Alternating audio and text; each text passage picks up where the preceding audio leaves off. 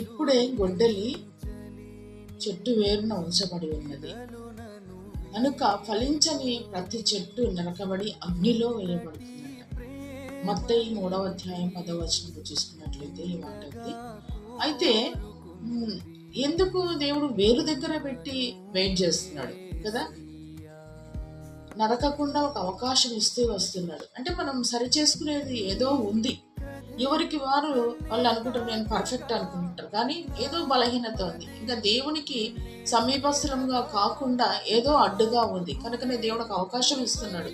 ఎందుకంటే ఎవడి ప్రవర్తన వాడికి యథార్థంగా ఉంటుందంట, కానీ అది తుదకు మరణానికి దారి తీయనంట. కనుక ఆయన మనకి అవకాశం ఇస్తున్నాడు. ఇంకా ఏదో ఉంది, సరి చేసుకోవాలా.